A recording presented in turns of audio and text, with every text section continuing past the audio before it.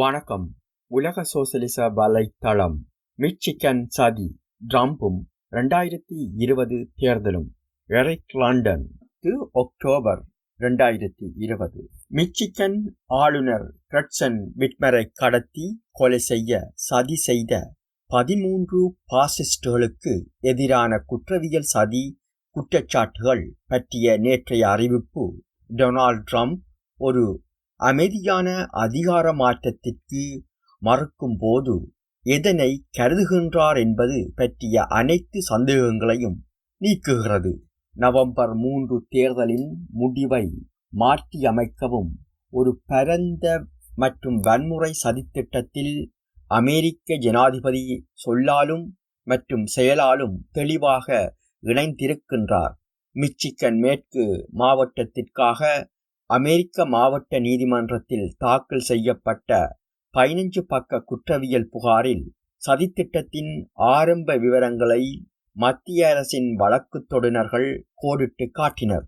நூற்றுக்கணக்கான மக்களை அணிதிரட்டுவதற்கான திறனிருப்பதாக கூறும் சதிகாரர்கள் விட்மரை தனது விடுமுறை இல்லத்தில் பிடிப்பதற்கும் மிச்சிகன் ஏரியின் குறுக்கே ஒரு படகில் விஸ்கான்சினில் அடையாளம் தெரியாத கிளர்ச்சியாளர்களின் கட்டுப்பாட்டில் உள்ள இடத்திற்கு வலுக்கட்டாயமாக கொண்டு செல்வதற்கும் சிக்கலான திட்டங்களை வகுத்தனர்.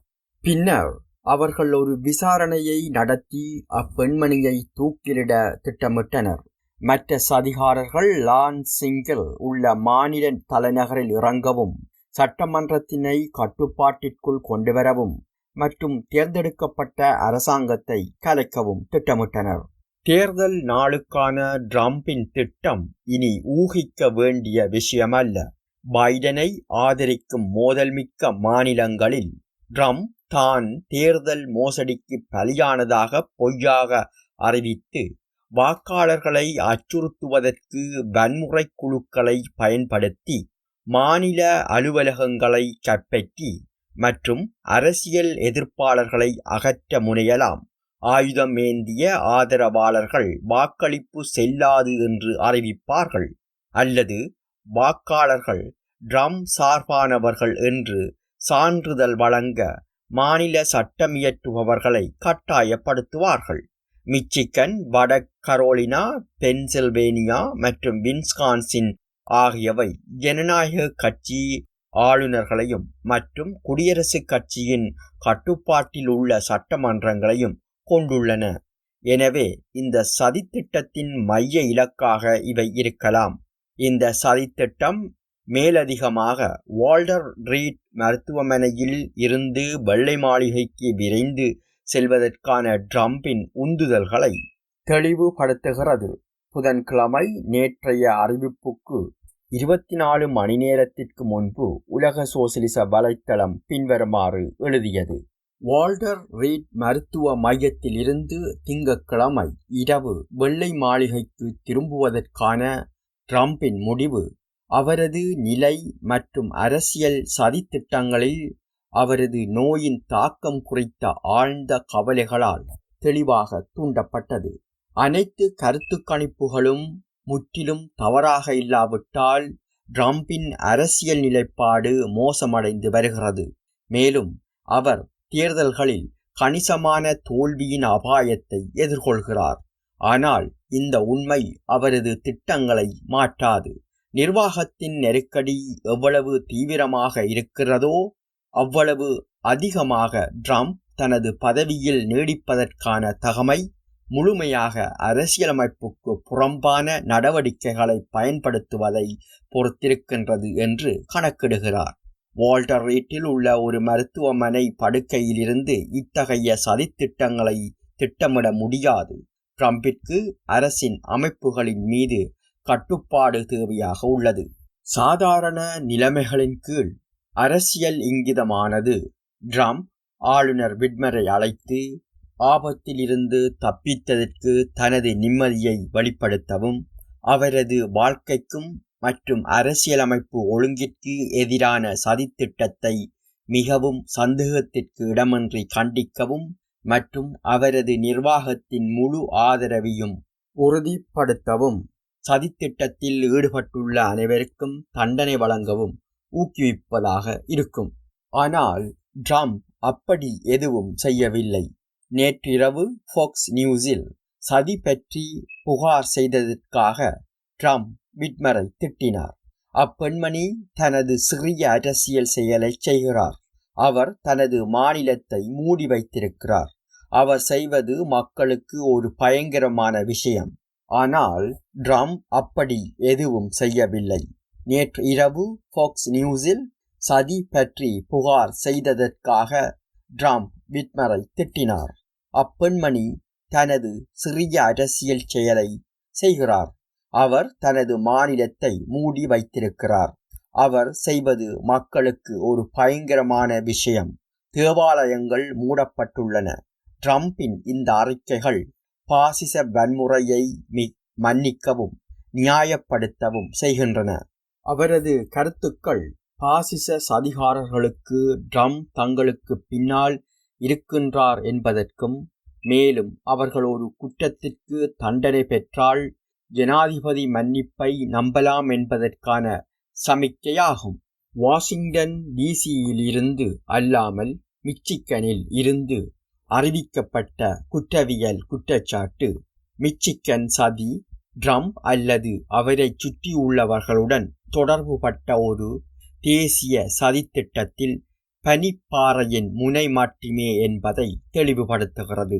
குற்றவியல் புகார் சதிகாரர்களில் ஒருவரை மேற்கோள் காட்டி பல மாநிலங்கள் கொடுங்கோலர்களை கைது செய்வதை நான் காண்கிறேன்.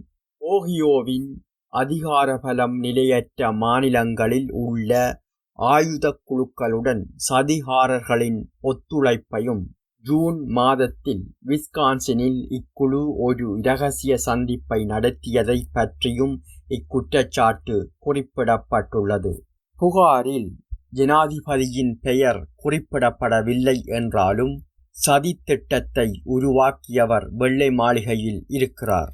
ட்ரம்ப் பல சந்தர்ப்பங்களில் குறிப்பாக விட்மரை கண்டனத்திற்காக தேர்ந்தெடுத்துள்ளார். ஏனெனில் மார்ச் மற்றும் ஏப்ரல் மாதங்களில் மிச்சிகனை பேரழிவிற்கு உட்படுத்திய தொற்று நோயை தடுப்பதை நோக்கமாக கொண்ட நடவடிக்கைகளை செயல்படுத்துவதில் அவர் வெளிப்படையாக அடையாளம் காணப்பட்டிருந்தார். இந்த தாக்குதல்கள் தற்போதைய ஆட்சி கவிழ்ப்பு முயற்சிக்கு அடிப்படையை அமைப்பதற்கான ஒரு திட்டமிட்ட மூலோபாயத்தின் ஒரு பகுதியாக இருந்தன என்பது இப்போது தெளிவாகியுள்ளது. மார்ச் மாதத்தில் தொற்று நோய்க்கு தனது நிர்வாகத்தின் பிரதிபலிப்பை விமர்சித்ததற்காக ட்ரம்ப் அப்பெண்மணியை அடை விட்மர் என்று குறிப்பிட்டார். ஏப்ரல் 17 ட்ரம்ப் தனது அழைப்பை மிச்சிகனை விடுதலை செய் மற்றும் மினசோட்டா மற்றும் வெர்ஜீனியா உள்ளிட்ட பிற அதிகாரபலம் நிலையற்ற மாநிலங்களுக்கு ட்வீட் செய்துள்ளார். இது கொரோனா வைரஸ் தொற்று நோயை பரப்புவதை தடுக்கும் கட்டுப்பாடுகளுக்கு எதிராக ட்ரம்ப் மற்றும் குடியரசுக் கட்சியினரால் நடத்தப்பட்ட ஆபரேஷன் கிரிட்லாக் ஆர்ப்பாட்டங்களுக்கு தெளிவான சமிக்ஞை ஆகும். அதே மாதத்தில் அவர் பின்வருமாறு ட்வீட் செய்தார்: அவர்கள் நான் சொல்வதை கேட்கிறார்கள் என்று நினைக்கிறேன். அவர்கள் என்னைப் போலவே இந்த கருத்தை மதிக்கும் எதிர்ப்பாளர்களாக தோன்றுகிறார்கள். மேலும் எனது கருத்து ஆளுநர்கள் அனைவரினதும் போலவே உள்ளது. அவர்கள் அனைவரும் திறக்க விரும்புகிறார்கள். யாரும் மூடப்பட விரும்பவில்லை. ஆனால் அவர்கள் பாதுகாப்பாக திறக்க விரும்புகிறார்கள். ஏப்ரல் 30 அன்று தீவிர வலதுசாரி எதிர்ப்பாளர்கள் லான்சிங்கில் இறங்கி பூட்டுதல்களை முடிவுக்கு கொண்டு வருவதற்காக தாக்குதல் துப்பாக்கிகள் சகிதம் ஆயுதமேந்தி அரச மாளிகைக்குள் நுழைந்தனர். அடுத்த நாள் ட்ரம்ப் ட்வீட் செய்ததாவது: மிச்சிகன் ஆளுநர் கொஞ்சம் கொடுக்க வேண்டும், மேலும் தீயை அணைக்க வேண்டும். இவர்கள் மிகவும் நல்லவர்கள், ஆனால் அவர்கள் கோபப்படுகிறார்கள். அவர்கள் மீண்டும் தங்கள் வாழ்க்கையை பாதுகாப்பாக விரும்புகிறார்கள். அவர்களை பாருங்கள், அவர்களுடன் பேசுங்கள், ஒரு ஒப்பந்தம் செய்யுங்கள்.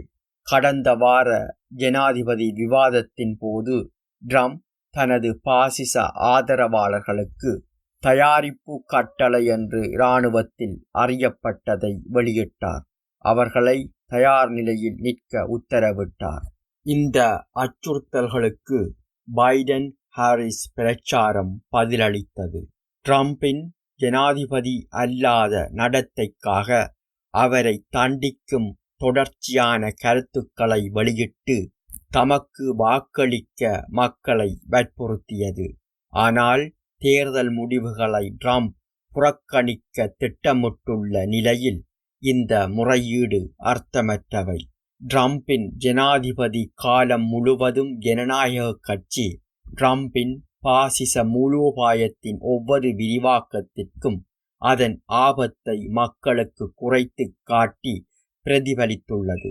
நேற்று அவர்களின் வீரியமற்ற பதிலை கருத்தில் கொண்டால் ஜனநாயக கட்சியினர் பாசிச கிளர்ச்சியாளர்களை அணிதிரட்டுவதற்கான ட்ரம்பின் திட்டங்களை ஒரு சிறிய அத்தியாயமாக எடுத்து காட்டுகிறார்கள். மேலும் முக்கிய செய்தித்தாள்கள் ஏற்கனவே தங்கள் இணைய பதிப்புகளில் இச்செய்தியை பின்னணிக்கு தள்ளி வருகின்றன.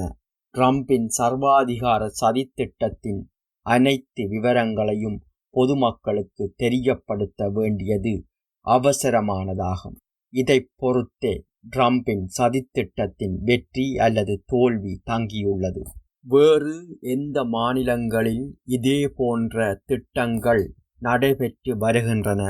ட்ரம்பின் பாசிச உதவியாளர்களில் யார் மிச்சிகன் ஆயுதக் குழுக்களுடன் தொடர்பு கொண்டுள்ளனர்? நாஜி ஸ்டீபன் மில்லரா அல்லது வலதுசாரி கியூ அனன் சதி கோட்பாட்டை ஊக்குவிக்க உதவிய ரோஜர் ஸ்டோனா? ட்ரம்பிற்கும் பாசிஸ்டுகளுக்கும் இடையில் எத்தனை தூரம் பிரிவு உள்ளது? வேறு எந்த பொது நபர்களை பாசிச குழுக்கள் கடத்தி படுகொலை செய்ய திட்டமிட்டுள்ளனர்? ட்ரம்பின் கொலை பட்டியலில் அடுத்த ஆளுநர்கள், காங்கிரஸ் உறுப்பினர்கள், ஊடக பிரமுகர்கள் அல்லது கலாச்சார பிரமுகர்கள் யார்? சதிகாரர்களின் எழுத்து மூலமான செய்திகளும் சந்திப்பு தொடர்பான ஒளிப்பதிவுகளும் எதை வெளிப்படுத்துகின்றன? கீழே இருந்து எதிர்ப்பை தூண்டும் என்ற அச்சத்தில் இந்த விவகாரம் விசாரிக்கப்படுவதை ஜனநாயக கட்சி விரும்பவில்லை.